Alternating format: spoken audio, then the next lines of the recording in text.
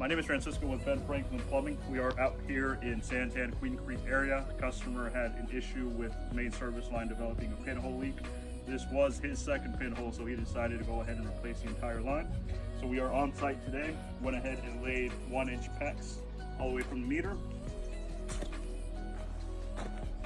Right over here it says main entry.